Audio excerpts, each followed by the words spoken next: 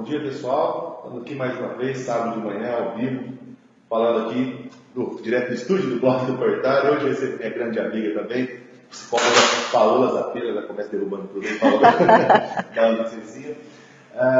E o assunto hoje são relacionamentos, né? Ontem postei a matéria falando sobre o que a gente vai conversar hoje, falando de amor, ciúme, traição, vida a dois, né? Isso não implica necessariamente a questão de homem e mulher, pode ser homem com homem, mulher com mulher. Viver a dois é muito complicado. De todas as formas, quando a gente começa a viver a dois, decide dividir a sua vida com alguma pessoa, há de se ter concessões de um lado, de outro, há de se ter muita convivência, né? Muita conveniência e conivência às vezes também, né? Uhum. Paulo, muito obrigado, bom dia por ter esse convite aqui do Blog do Portal. Relacionamentos, você é especialista em relacionamentos, então vamos fazer uma pergunta que eu acho que muita gente às vezes fica pensando: o que fazer para o relacionamento dar certo? Primeiro, bom dia, né? O prazer é todo meu de estar aqui. Então, Rodrigo, o que fazer, né? Receita, não tem receita para dar certo, mas tem algumas orientações que a gente pode fazer quando você está com a pessoa, né? A gente tem que procurar afinidade, primeira coisa. O casal tem que ter afinidade, coisas em comum. Não que eles têm que ser necessariamente parecidos, mas tem que ter afinidade, né? É aquela coisa que antes as pessoas falavam que os opostos se atraem, não é verdade. Os opostos não se atraem quando se trata de relacionamento, não. Aí dá errado. Então tem que ter afinidade. E além da afinidade, o que deve ter numa relação é a reciprocidade. Uma relação sem reciprocidade, Rodrigo, não vai. Então quando você está com uma pessoa, você vê que você tem afinidades com ela, já é meio caminho andado. Se a pessoa é recíproca ao que você faz por ela, se há reciprocidade, se há troca, aí você já sabe que você está no caminho certo. Agora, se você está com alguém que é egoísta, que não te acompanha, que quer que você faça só as coisas que ele ou ela gosta, aí fica realmente complicado. É uma coisa que só quem resolve viver a dois, né, Paola, que sabe como é que é. Exatamente. E uma coisa assim que a gente às vezes nota muito quando a pessoa chega numa certa idade, 25, 30, 35 anos, cada vez mais estamos adiando esse relacionamento, né? A pessoa sente aquela cobrança, fala assim: eu preciso casar, eu preciso namorar, meu amigo está cobrando, minha família está cobrando, minha mãe está cobrando. Como é que é isso, essa situação?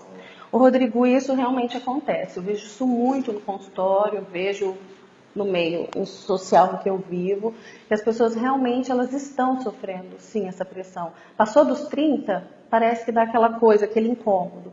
Aquele meu amigo já casou, aquele já tem filho e eu não. E o incômodo não é só para as mulheres, é para os homens também. Mas a grande questão, assim, o que eu realmente percebo é que tem muita gente querendo ser amado e não amar. Entendeu? As pessoas querem ser amadas, querem ser cuidadas, e aí elas não estão também disponíveis a amar, porque amar também exige. Então, junto com essa cobrança, e assim, a mulher hoje ela está no mercado de trabalho, ela está competitiva quanto o homem, então atrasa um pouquinho. E elas vão, assim, elas têm outros objetivos e vai deixando para trás. Mas há uma cobrança da nossa própria cultura. A mãe e o pai falam: você não vai casar? E aí, as tias perguntam, final de ano, né? Eu vi muito no final de ano: nossa, Paola, eu vou chegar lá na minha família, todo mundo vai perguntar: você está namorando? Você não está namorando? Ou quem está namorando, vocês vão casar? Então, existe mesmo essa cobrança, quem está né? casado vai ter filho quando? Exatamente. Então, existe essa cobrança, o que eu acho uma bobagem. Eu acho que a gente tem que casar quando a gente tem certeza de quem é o parceiro, se realmente me faz bem, se eu realmente faço bem para ele, né? Mas eu vejo, e aí o que acontece? Por conta dessa cobrança, as pessoas entram em relações que não vão dar certo. Pega o primeiro que aparece, a primeira que aparece. Eu costumo falar assim para os meus pacientes: vocês precisam prestar atenção, porque quando a gente está carente ou quando a sociedade está cobrando, é a mesma coisa de você estar morrendo de fome, você vai no supermercado. Quando você chega no supermercado, o que você pega? A primeira porcaria que aparece. Então tem que tomar cuidado, tem que prestar atenção, porque o casamento, a escolha para o casamento, para dividir uma vida a dois, é uma coisa realmente muito séria, muito séria. Não dá para brincar, não. Só quem vive no dia a dia que sabe, né? Você tem um consultório, você atende muitas pessoas e tal. Tem algum caso assim que você possa, ou daqui ou da época da faculdade, que seja, de pessoa que acabou caindo nessa, a pressão da minha família, do meu amigo e... Vários casos, Rodrigo, vários. Inclusive tem um caso de uma paciente minha que ela via que não ia rolar o casamento, que ela via que ela estava entrando numa furada, e ela chegou a falar para mim, ela falou, Paola, eu queria pelo menos casar. Nem que a gente largasse no outro dia. Eu quero Por quê? Para mostrar para a sociedade que ela, aos 30 e poucos anos, pelo menos casou. Aquela coisa assim, pelo menos eu já casei. É que não deu certo, mas eu casei. Melhor ser divorciado do que não ter casado. Do que não ter casado. Entendeu? Então, assim, é uma situação... E aí eu vou trabalhar isso com a paciente, né? Vou falar para ela da desvalorização dela mesma, qual a necessidade disso, né? Mas já tive vários casos, Rodrigo, vários casos, né? Outra coisa, de quem casa assim, sem se preparar, e por isso que não dá certo depois. Muita gente casa para sair de casa, porque de repente a casa, os pais, os irmãos, não é um ambiente saudável. A pessoa fica louca para sair de casa. Então, não só a questão hoje da idade, mas a vontade de sair de casa, de não querer estar. Ai, não quero mais estar com meu pai, que eu estou louco, vou casar. Sabe? E achando que assim a vida vai melhorar. Chega lá, não é desse jeito, porque não parou para prestar atenção no parceiro, não parou para prestar atenção na escolha que estava fazendo, só estava focada que queria casar, ou pela idade, ou para sair de casa. Apesar de que, como você falou, estão sediando muito, que eu não sei se você percebeu, já deu uma lida aí, ou viu como é que tá. Os filhos estão ficando em casa cada vez mais, com 30, 35 anos, que é o que a gente chama de filhos cangurus. Que é aqueles filhos que ficam com os pais e a tendência é casar mais tarde. As mulheres estão engravidando depois dos 40, né? Enfim, eles têm ficado em casa, né? Assim, não querendo casar, porque eles não estão a fim de sair do conforto de casa, piscina, empregada, mãe, faz tudo para sair, começar de baixo e começar uma vida. Entendeu? Então, por isso também está se adiando. Você está falando isso, inclusive, pela Porta dos Fundos, lá, o canal do YouTube do Kid Novo, tem um vídeo muito engraçado, você chegou a ver, já antigo, já deve ter um ano. E é um rapaz morando sozinho no apartamento, ele chama lá o zelador, o síndico do condomínio, e fala assim, estou com um problema aqui, o que foi aqui, ó, essa gaveta? Ele abre a gaveta, o que tem a gaveta? Está abrindo, fechando? Não, olha aqui, ó. Lá na minha casa, eu tiro as minhas meias, minhas cuecas, coloco no cesto, no outro dia elas parecem magicamente dobradas e lavadas. Aqui, ó, essa gaveta não faz isso para mim. É exatamente isso. Quer dizer, o medo de largar esse conforto, esse tipo de preocupação que a mãe, o pai, enfim, é extremamente confortável. Você está na casa da sua mãe e do seu pai, lá, ar-condicionado, piscina, ou qualquer coisa que o pai te proporcione, porque a partir do momento que você vai morar sozinho, a conta de água você vai pagar, de luz você vai pagar, você não vai ter as meias dobradas ali. Então, assim, hoje as pessoas elas não estão afim de responsabilidade, porque a liberdade tem a ver com a responsabilidade. Né? Então, relacionamento implica ainda mais responsabilidade, porque você tem responsabilidade com você e com o outro também, né? Uma troca. Então, é isso aí, Rodrigo. Tem que pensar bem. Isso é verdade. Uma coisa também que, felizmente ou infelizmente, todo relacionamento tem ciúmes. Ciúmes. Dizem que tem um ciúme bom, dizem que tem um ciúme ruim. Como lidar? O que é? O ciúme é bom, é ruim? Você me fala, como lidar com essa história? Ciúme é natural quando a gente gosta, né? Assim, sentir ciúme, a gente sente ciúme do que a gente gosta. É natural sentir ciúme, na medida certa. O ciúme, quando ele se torna patológico, quando a pessoa deixa de viver a própria vida para ficar investigando a vida do outro, aí já é complicado. Eu tive um caso uma vez no consultório, isso já faz uns anos, assim, eu era recém-formada, e chegou um casal lá, eu lembro até hoje, era um sábado, eu fui atender aquele casal, e falei que eu era recém-formada porque minha sala, eu tinha acabado de montar a minha sala. A esposa, numa crise de ciúmes, Rodrigo, ela quebrou praticamente minha sala inteira. Aí o esposo dela falava assim, eu pago tudo, fica tranquilo que eu vou te ressarcir de tudo. Eu falava, não, mas essa não é a questão. Ela estava tão irada de ciúme com ele, que ela começou a quebrar tudo que tinha ali, ela estava cega. Aí eu falei para ele assim, vai pegar uma água para ela, por favor. Ela falou, não, ele não vai, senão ele vai fugir. Eu falei, ele não vai fugir. Aí ele foi lá, pegou a água, trouxe para ela, eu sentei ela e falei assim, escuta, você não está na sua casa, você está no consultório, você se acalma. Você se acalma. Ela estava quebrando um monte de coisa lá. E não era assim a questão pelo financeiro. Tinha muita coisa ali que paciente te traz de uma viagem. Tinha coisas assim, de afeto, né? Ela quase quebrou minha sala inteira. Rodrigo, eu falei, gente, aquela situação foi... Depois eu ri, depois de muito tempo ele realmente me ressarciu, coitado. Né, o prejuízo, enfim. Mas saíram de lá de mão dadas. Então, esse é o prazer também, esse é o prazer também de cuidar, né, de trabalhar com casais. Mas essa foi engraçada. A questão do ciúme, Rodrigo, é assim, geralmente o ciumento patológico, ou ele já passou por uma situação muito desagradável com outro parceiro, até com quem está, mas tem a ver com a insegurança. Geralmente as pessoas inseguras, elas têm medo de serem traídas, como quem trai também é inseguro, né? O ciúme é natural, eu tenho ciúme porque eu gosto, mas quando você percebe que o seu parceiro ou você tá mexendo no celular, tá ligando, onde você tá? Mas você tá aí mesmo? Deixa eu ver, me manda uma foto, que agora a tecnologia ela te proporciona, né? WhatsApp, né? Já achou por vídeo. Entendeu? Você tá onde? Então, assim, quando você percebe que a coisa não tá dentro do normal, a pessoa que está com ciúme tem que se policiar e perceber, porque isso aí mina a relação. A relação, ela acaba, ninguém aguenta. É horrível. E a pessoa que fica sendo perseguida pelo ciúme, ela não aguenta. E em casos que às vezes o homem ou a mulher não trai, mas tem alguém enchendo o saco, acaba traindo. Eu tô do diabinho, né? Começa a despertar na pessoa outra coisa que ela nem tinha despertado. Tem umas que ela assim, você estava olhando para fulana, você estava olhando para não sei quem, eu vi. De repente a pessoa não está nem olhando e te desperta para aquilo. Né? Então isso tem a ver com insegurança. A pessoa tem que trabalhar a insegurança dela, tem que ver com quem ela casou, tem que ter dados de realidade. Gente, o que ele já fez para eu me sentir tão insegura assim? Agora você está com um cara que é galinha, se você tem motivos, daí é uma escolha sua. O que você está fazendo? Nem compensa ficar ligando. Isso é verdade. É engraçado você falar uma questão da tecnologia, manda foto, liga. A gente pegar aí há 20 anos atrás, sei lá, 22 anos, a gente não tinha celular, internet celular, então era no Brasil a internet era difícil. No início dos anos 2000 já não era tão popularizado. E parece que as pessoas, ao mesmo tempo que ajuda, virou um dispositivo de vigilância a mais. Né? Eu ligo, o cara tem que atender, se não atender. Até vi umas piadinhas de Facebook, o cara falou assim, a mulher ciumenta é assim, se liga e não atende, acha que está com ela. Se liga e atende, acha que está com outra. Se não atende, tem certeza. Mas isso está na cabeça da pessoa. Né? Você vê que a pessoa não está tranquila, um relacionamento tranquilo não tem isso. Liguei para ele, me atendeu, ele deve estar ocupado. Está desligado. No máximo, assim, uma preocupação.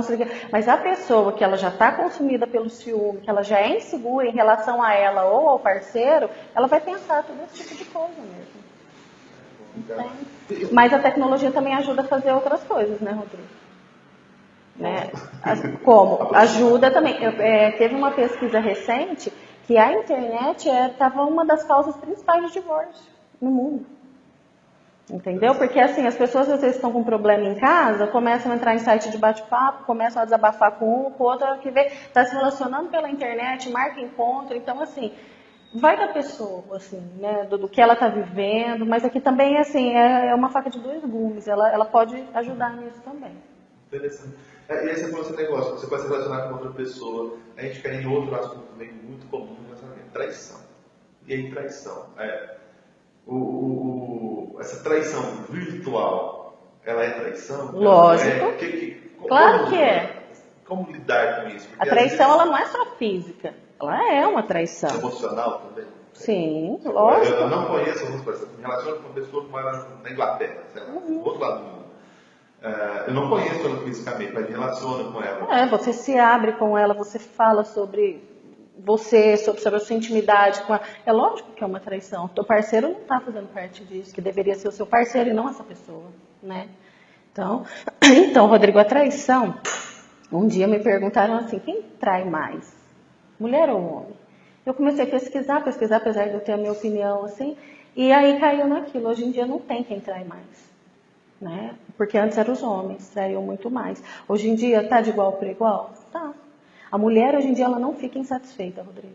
Ela não fica, isso eu vejo em consultórios, isso eu vejo em círculos de amizade. A mulher hoje, ela trabalha, ela tem um outro pensamento, ela se cuida, ela rala tanto quanto para ajudar o marido em casa, para cuidar de filho. Ela não aceita mais ser maltratada. Então, assim, o marido que maltrata, o marido que não é presente, que sai com os amigos e deixa a mulher em casa, provavelmente ela vai arrumar alguém. Ela não fica, ela não aceita mais. Aí elas só não saem da relação, que eu tenho percebido, se financeiramente elas não vão conseguir se manter sozinhas. Aí elas traem e ficam. Mas quem pode, sai fora da relação. A mulher hoje em dia ela não aceita mais. Não aceita. É diferente do que a gente vê, por exemplo, novelas de época, passa 1950, 40, sei lá, 1960, que havia uma outra relação, inclusive. Sim. O homem era o casal, era o dono da casa, o chefe da casa, ele saía, fazia o que queria, voltava quando queria. Patriarca. E é isso. Então, porque a questão é a seguinte, por que a mulher trai? Tem a diferença entre a mulher e o homem. A mulher trai quando ela está realmente magoada com o marido, né? Quando ele magoa muito ela, quando ele não dá atenção para ela, ou quando ela se apaixona por outra pessoa. De repente, né, até nessa ausência, assim. Então, ela atrai porque ela está sendo deixada de lado, na hora que ela está sensível emocionalmente, ela acaba conhecendo outra pessoa e se entrega, né? A mulher realmente ela já está apaixonada, mas por isso, por ser deixada de lado. O homem não. O homem já tem aquela coisa mais de instinto. De repente, ele ama a mulher, não tem problema sexual nenhum com a mulher, mas ele trai.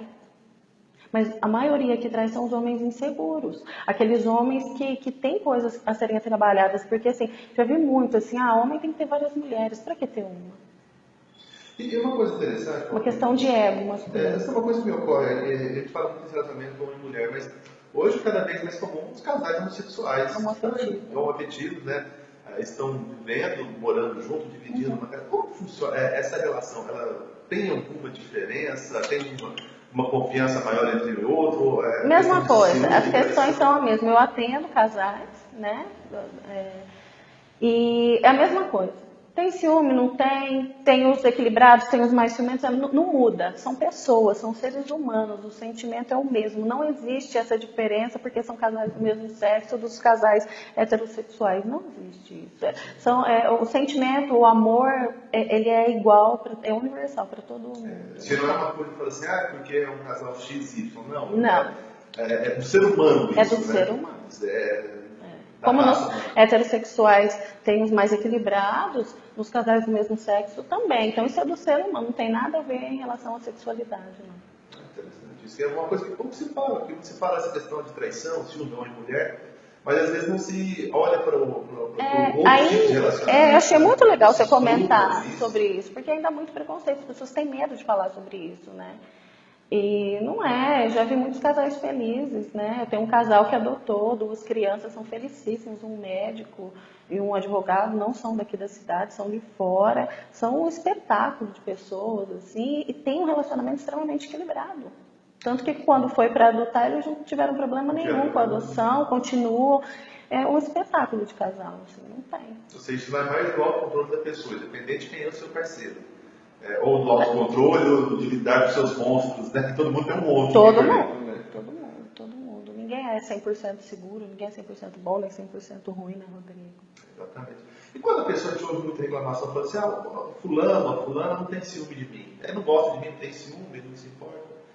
É muita segurança ou às vezes... Tem muita gente que não demonstra ciúmes, né? Assim, eu tenho uma paciente minha que foi muito engraçado, que eu falei pra ela, teu marido morre de ciúme de você. Imagina, ele nunca demonstrou não sei o que, não sei o que. Aí eu fui falando pra ela foi me trazendo dados dela da realidade, falei, tá com ciúme? Não tá, não sei o que. Eu falei, tá. E a gente foi conversando, porque tem pessoas que elas são fechadas.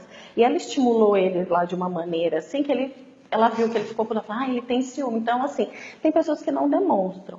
Mas tem também, Rodrigo, relações que a pessoa realmente não tem ciúme mesmo. Porque, assim, tá naquela relação, mas não gosta. Né? Não tem assim, a gente tem que ser seguro. Paola, você é segura? Você tem ciúme do seu marido? Eu sou segura, mas eu tenho ciúme. Mas você tem um ciúme sempre? Não, tem as situações que a gente sente o ciúme, né? Que a gente fala, sempre tem alguma coisa, você não tem que ter ciúme o tempo todo. Mas quando não há ciúme, é porque também já não está tendo sentimentos, não está tendo muita coisa. E quem às vezes não demonstra porque está aqui, ó, está guardadinho. Tem ciúme, mas se controla porque não quer mostrar para o outro que tem ciúme. Porque é como se estivesse empoderando o outro. Se você que é meu marido percebe que eu tenho ciúme de você, eu vou te empoderar. Aí você, entendeu? Eu tô mexendo gostosão da praça. Eu não posso deixar, né? Os homens tendem mais a segurar essa questão dos ciúmes, assim, por exemplo, os homens seguram mais do que as mulheres não, elas já demonstram mais.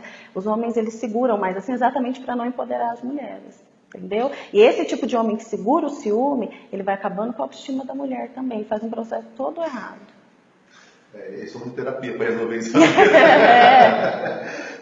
Outra coisa também que acontece, já que o assunto aqui é relacionamentos, a gente conhece, vê, ouve falar de pessoas que às vezes têm dificuldade de se relacionar. Né? Não consigo namorar. Eu tento namorar, mas uns 2, 3 dias eu não quero mais aquilo, eu quero outra pessoa. Existe isso também? Isso tem causas? Existe, Rodrigo, existe sim. Já tive casos desse. Geralmente, esse tipo de caso, é porque assim, é aquilo que eu estava falando com você. Relacionamento tem a ver com responsabilidade. Então, às vezes a pessoa quer se relacionar, mas não quer a responsabilidade do relacionamento. É aquilo que eu te falei, tem muita gente querendo ser amado, mas não quer amar. E amar exige de você que você tenha disponibilidade para o outro também. Então, é por aí que pega. A pessoa às vezes quer ser amada, mas não quer fazer o papel de amar. Então, acontece isso.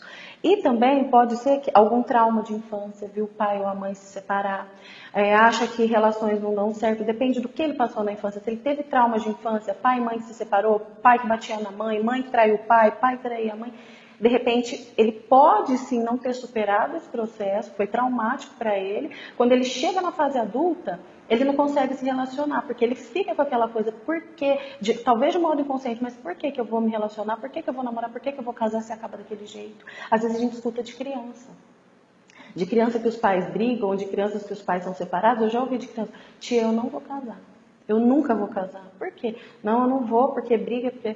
Não, eles vão trazendo a realidade deles, assim, entendeu? Então a gente tem que tomar muito cuidado até com as crianças, nós pais, o que a gente tem passado, porque assim, a maneira que a gente aprende a amar é em casa, com os pais da gente. É a maneira de se relacionar. Tanto que quando a gente cresce, a maneira da gente amar e de se relacionar é muito próxima com o que os nossos pais se amaram e viveram.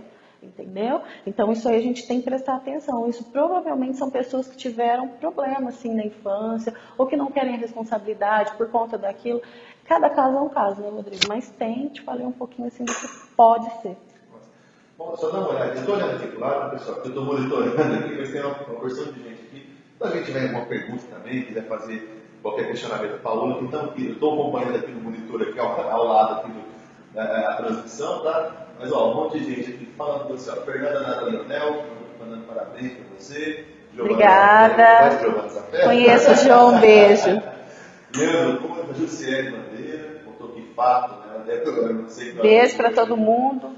Jorcelina Amaral, a Pedro, a Laína Amaral, a Thalita Oliveira. Oi, Thalita, Jorcelino. Janiele Gabiru. Jane, maravilhosa. Cristiane Cruz. Cris Cruz, um beijo. Gabriela Miranda Queiroz, Paola, você é top, admiro muito. Obrigada. A Luci Marim Covete, Cristina Barbosa, Débora Almeida, pessoal. Obrigada, gente. Se só tiver alguma pergunta, alguma dúvida, pode mandar aqui para a Paola, eu vou acompanhando aqui ao lado, transmito a pergunta para vocês aqui, sem problema, tá? Paola, voltando a gente falar essa questão dessa dificuldade de relacionamento, né? Hoje em dia também essa questão de que as pessoas, tudo, vamos falar assim, entre a minha adolescência, a sua, às vezes, a gente é na mesma turma de escola, né? Então, depois de 12, 15 anos atrás, parecia que as coisas eram um pouco, até para você se relacionar com uma pessoa era mais difícil. Depois eu converso com meus amigos e falo assim, gente, quando eu tinha 12, 15, 16 anos, você ia para uma balada, você ficar com uma menina, era uma luta. Você tinha que chegar, você tinha que conquistar, você tinha que mostrar que valia a pena você dar um beijo. Ficar era dar um beijo, não era, era abraçar e beijar. Isso era ficar ali há 15, 12, 15 anos atrás. E hoje parece que a gente vê, pelo menos na internet, na rua, você sai para dar uma volta, parece que as coisas estão tão mais fáceis, as pessoas se beijam, transam, fala de adolescentes, 16, 17, 18 anos. Isso também, de repente, é um fato, ou uma causa, ou uma consequência, não sei, das pessoas não quererem se relacionar, mesmo depois lá com 20, 25 anos. Na nossa época ainda existia aquela coisa do frio na barriga, né? Nossa, o cara tá chegando perto, ai meu Deus, só vai me chamar pra dançar, porque primeiro tinha um negócio de chamar pra dançar, o baile e tal. Não era chegar assim, tomar cerveja, O cara, né? não, o menino tinha que ficar lá 2 horas se preparando, às vezes a semana inteira pra chegar na menina, era mais gostoso, né? Eu acho que era muito mais interessante, né?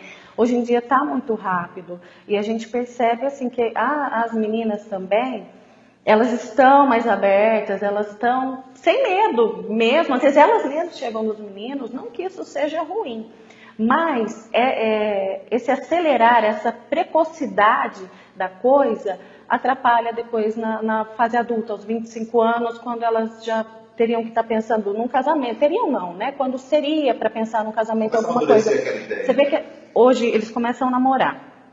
Você olha lá no Face, tá todo mundo se amando. Como assim, mano? Eu te amo, você é o amor da minha vida. Você, gente, não existe isso. Como é que se ama em uma semana? Como que é o amor da sua vida? E aí começa. Aí a hora que você vê, já estão um dormindo na casa do outro. Começa um casamento do contrário. A hora que você vai ver, acabou o relacionamento. Mas uma coisa do passado que ainda é atual, Rodrigo, que eu percebo muito, porque eu também atendo adolescentes, existem as meninas para ficar e existem as meninas para namorar. Entendeu? Os meninos, os homens ainda, gente, a nossa cultura é machista, e as mulheres, mesmo que são modernas, que fazem sexo casual, o olhar masculino ainda não é legal em relação a isso. Eles ainda não têm essa abertura de pensar que ela faz sexo casual, eles separam. Eles separam, né? Porque tem meninas que na primeira vez já transam. Para elas tudo bem, é uma libertação, elas estão bem resolvidas. Para eles não. Elas já ficam marcadas. Então essa questão, ainda a mulher se modernizou, a mulher, né, passou barreiras. Mas no mundo, no olhar masculino aqui, isso para eles não é interessante. Você vê que assim, aquela menina que é mais quietinha, aquela menina que tem uma postura mais quieta, uma menina que quase não beija, uma menina que quase não fica com ninguém, uma menina discreta, é aquela que todo mundo quer. Então isso ainda continua, entendeu? Mas tem muita gente aí que começa a relação, como eu te falei, do avesso. A hora que você vê, não chega lá na frente, não casou e não tem responsabilidade. Uma coisa que a gente às vezes ouve falar assim, não é questão de criticar, é questão de refletir, né? Às vezes você vê assim, que adolescentes que namoram 14, 15, 16 anos, um dorme na casa do outro, entra dentro do quarto, se tranca, passa a noite. E aí eu falo muito, converso muitas vezes lá com a minha esposa mesmo, falo assim, quando você casa, você vai morar com uma pessoa, independente do parceiro, se é um objetivo ou não, você pode dividir a cama, dividir uma vida. Aí eu falo, gente, você vê meninos de 15, 16 anos vivendo uma vida de casado. Exatamente. Com 15 anos.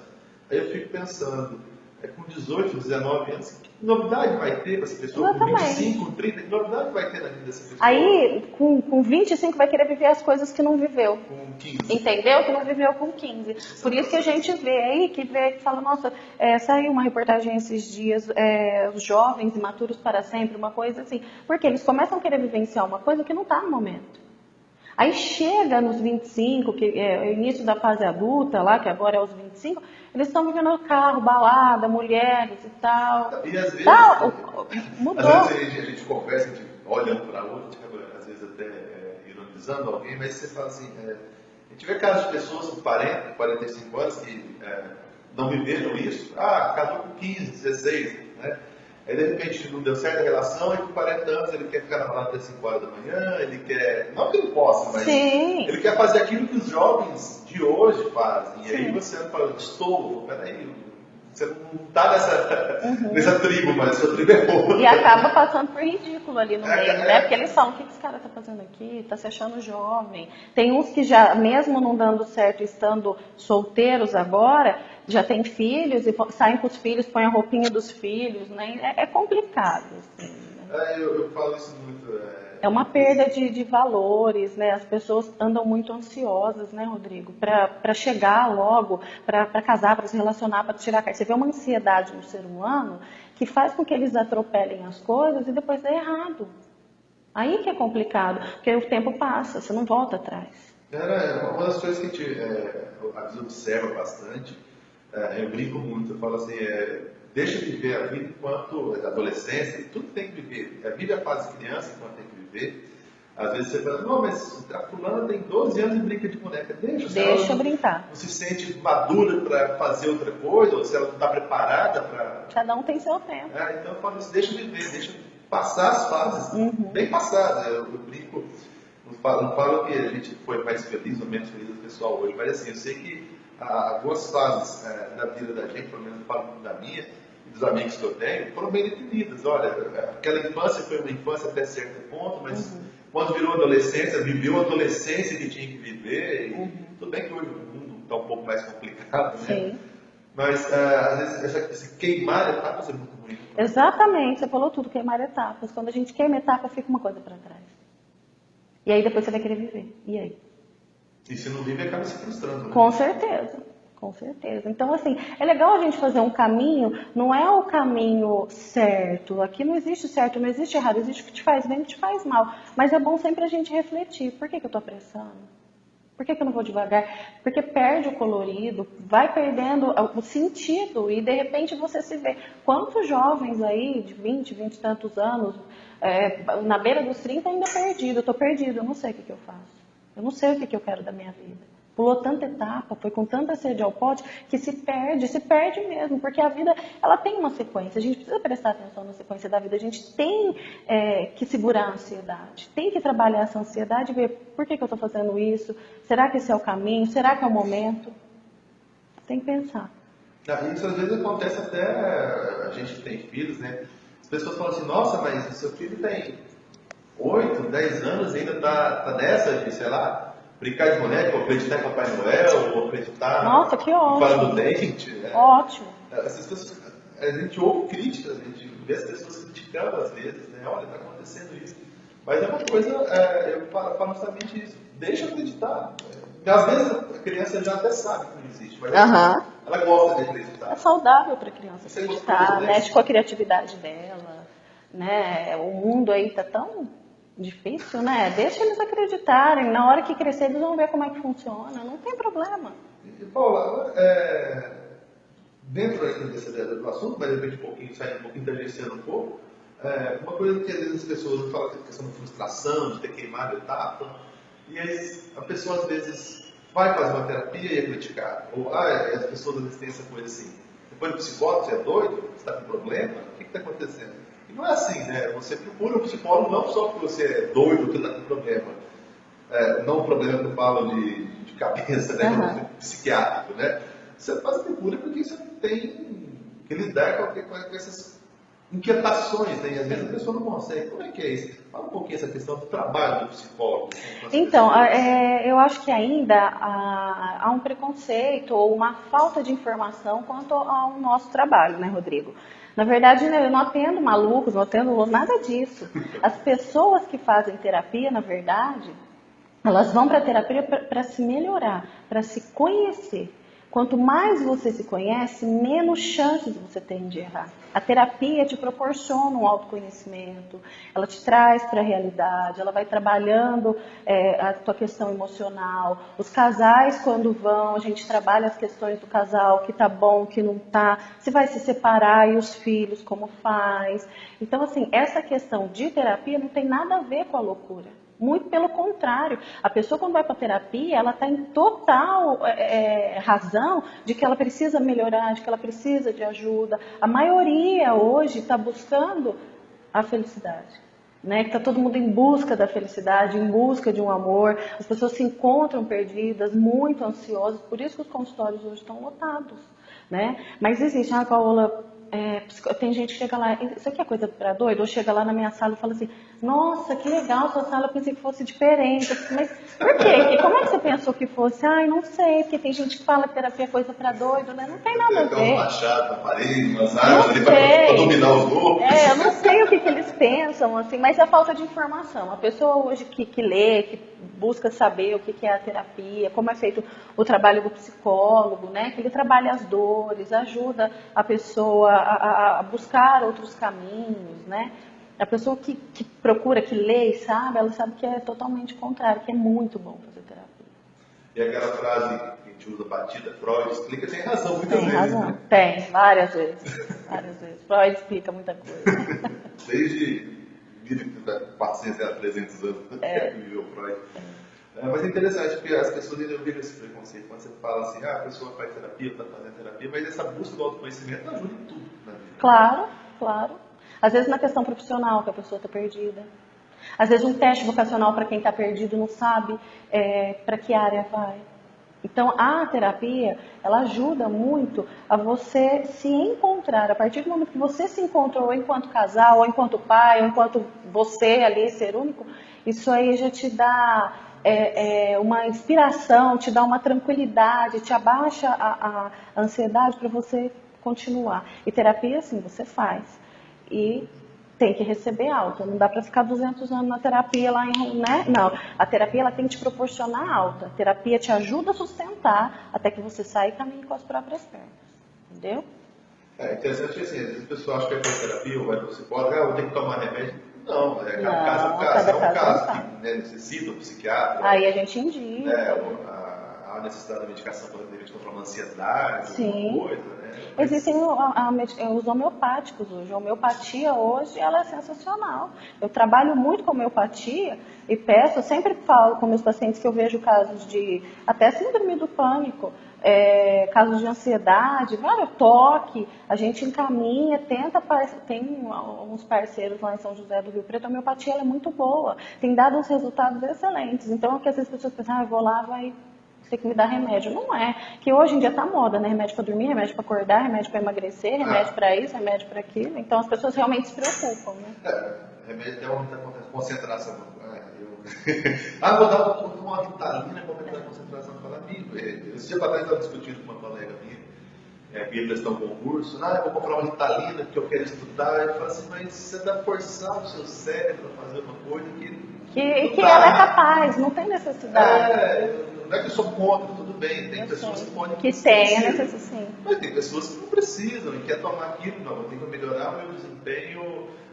Você vê a ansiedade de conseguir, a ansiedade de estar melhor, isso tudo faz parte da ansiedade, do querer, de não querer perder, de querer, e aí vai a qualquer preço. Eu quero emagrecer, vou tomar aqueles remédios, então vai tudo a qualquer preço. Eu podia fazer um outro movimento. Uma pergunta meu pai, a ansiedade, às vezes ele fala ansiedade em todos os sentidos, seja emagrecer, ou seja num relacionamento, ou seja encontrar uma pessoa. Isso vai, às vezes, porque a pessoa não conhece os próprios limites? Também. Eu tenho um limite, mas eu não aceito esse limite. Também. Eu tenho um limite, sei lá, eu estava falando do cara de estudar, eu consigo estudar 2, 3 horas concentrado e depois eu disperso. Não, eu preciso estudar 5. Aí isso te causa ansiedade.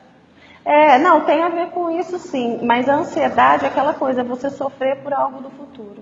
É sempre ficar sofrendo pelo futuro, algo que você quer. É por aí mesmo, é aquilo que eu quero. Eu quero te causa ansiedade. E no relacionamento não vai também? Muito, muito. Mas o que mais atrapalha no relacionamento é a falta da reciprocidade e a falta de diálogo. O diálogo é a pedra preciosa da relação. O casal que não tem diálogo, não tem jeito. Assim, não tem como se relacionar. O casal se perde. Ele se perde, não tem como. O que sobra depois de um tempo é o diálogo, né? Você tem que conversar. Né? Sempre. O sexo ele pode ser, nossa, muito bom no começo, mas não fala lá no final, não. Daqui 1, 2 anos, se você não tem diálogo, não vai sustentar o sexo, ou o beijo, ou o abraço, ou o palhaço. Não vai se sustentar. Não. Tem pessoas que falam assim, a gente não briga. Nossa, a gente não briga. Eu olho e penso, alguma coisa está errada. Porque, Rodrigo, os casais que não brigam não têm intimidade. Eu falo as brigas normais, não de pancadaria, de grito, o casal ele tem que ter uma discussão, ele tem que discutir sobre algo. Eu não vou concordar o tempo todo com você o tempo todo comigo. Se existe isso, alguma coisa está errada. Não tem como. Então, a questão do diálogo, essa questão de se relacionar, tem que ter diálogo, tem que ter reciprocidade, precisa existir uma interação entre os dois, senão aí a coisa vai embora. Então, se eu pudesse dar uma dica hoje para quem está se relacionando ou pensando em relacionar, tenha diálogo? Tenha diálogo, seja Encontre uma recíproco pessoa- ao seu parceiro. Encontre uma pessoa que você consiga ter um bom diálogo Um pro bom, resto da vida. também, um bom sexo também, né, Rodrigo? Porque também não adianta ter um bom diálogo e o sexo ser ruim. Não, Vamos certo. falar, porque assim, não adianta ter uma pessoa que, ai, você conversa, blá, blá, blá, e o sexo também é uma Na porcaria. verdade, é uma somatória Não, de tudo. de vários fatores, né? É um pouco de ciúme, um pouco de Mas diálogo, a um pouco de sexualidade, sexo. ela é importante. Sexualidade é importante, sim. Não adianta pensar que não, porque a sexualidade, ela é importante, é saudável. Né? É saudável e assim, Paola, sexo segura, a relação também segura. Segura sim. Se o sexo é bom, tem relacionamentos assim que duram muito mais porque a sexualidade é boa e às vezes nem tem tanto diálogo. Agora, às vezes você tem só diálogo, mas também não tem uma sexualidade boa, você pode esquecer que ou ela vai te trair ou ele vai te trair e a relação vai acabar. Então tem que ter tudo. Por isso que antes, né, de casar, tem que prestar atenção em todas as coisas. Ele é recíproco a mim? O que eu faço por ele, às vezes ele faz por mim, não que seja na mesma intensidade, mas assim, puta, é um cara que me ajuda, é uma mulher que me ajuda, é meu parceiro. Porque se você tá com uma pessoa egoísta, ela vai continuar egoísta. Se você tá com uma pessoa que te trai, vai continuar te traindo. As coisas não mudam depois do casamento. Entendeu? Tem muita gente que fala, chega no consultório, quando eu casei eu não sabia que era assim. Aí você começa a trabalhar a história do casal. Mas você falou que você não sabia que era assim, ele sempre foi assim, ele demonstrava ser assim. Então, às vezes, para casar por causa da idade, às vezes para casar para sair da casa dos pais, às vezes para casar porque quer vestir de noiva, entra numa fria, finge que não tá pro sol com a peneira, finge que não tá vendo aquilo ali, chega lá na frente e fala, eu não sabia. Lógico que sabia. Às vezes você não prestou atenção, né? Não quis prestar atenção, né, Rodrigo? Não, tá certo. Paula, nós já estamos aqui há 40 minutos falando. Eu sou rápida. O pessoal mandou um abraço para você aqui. Deixa eu ver aqui. Não, o Edilson que mandou uma pergunta aqui, agora estou vendo. Ó, o Edilson, companheiro nosso da Dolo Frutal, pergunta o seguinte: as crianças são cada vez mais precoces quando se trata de relacionamentos. Temos, nós pais, uma certa preocupação quando nossos filhos saem do ensino fundamental para o médio, da escolinha e do colégio. Que é uma certa transição da infantilidade para a pré-adolescência. Como os pais devem abordar isso de casa? E qual o papel da escola nesse tema? Então, na verdade, assim, isso aí eu acho que tem que... É lógico que as escolas fazem palestras, ajudam aí, mas vem de casa, né? É Edilson? Edilson, isso aí é de casa. Eu tenho um filho também de 6 anos.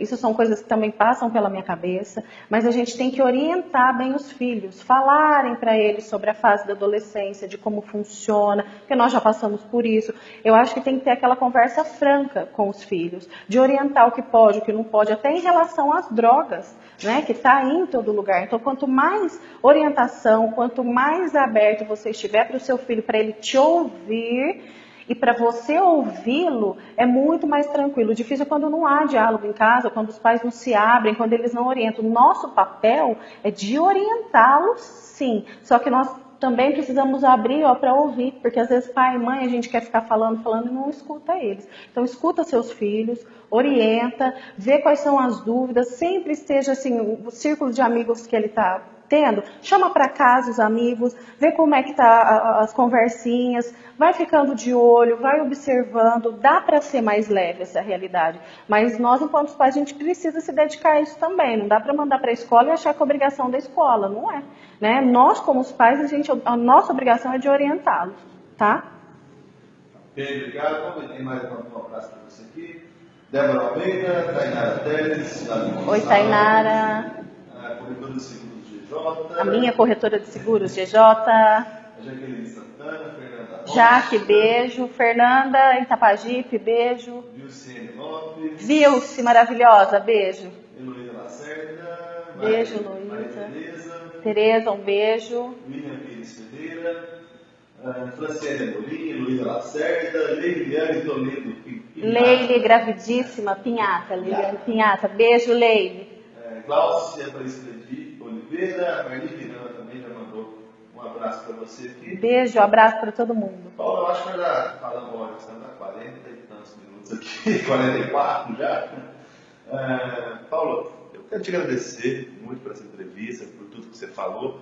Deixa aí uma mensagem, qual mensagem poderia deixar para o pessoal que está acompanhando a gente aqui ao vivo, sobre relacionamento, sobre tudo, que você pode falar para esse pessoal, você enquanto psicólogo, esse mundo doido que nós estamos vivendo? O mundo não é doido, a gente que está fazendo, Rodrigo. Eu que queria te agradecer, foi muito legal, a gente pode depois conversar mais. Quem quiser mandar pergunta, pode mandar aí no blog, depois o Rodrigo me passa, eu tento responder.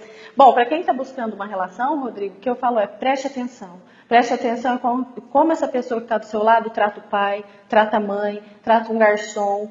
Como é que essa pessoa se relaciona com o mundo? É através do comportamento da pessoa que você vai conseguir fazer a leitura dela. E não através do que ela fala. Porque tem gente que fala muito bonito, que eu sou assim, eu sou assado. É importante ver como é que essa pessoa se dá nas relações.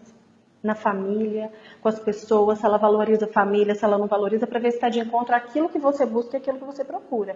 Porque não vai haver uma mudança depois do casamento. Você só vai ver essa pessoa cada vez mais de verdade ali. Então é prestar atenção. Olho clínico é a mesma coisa quando você vai contratar um profissional.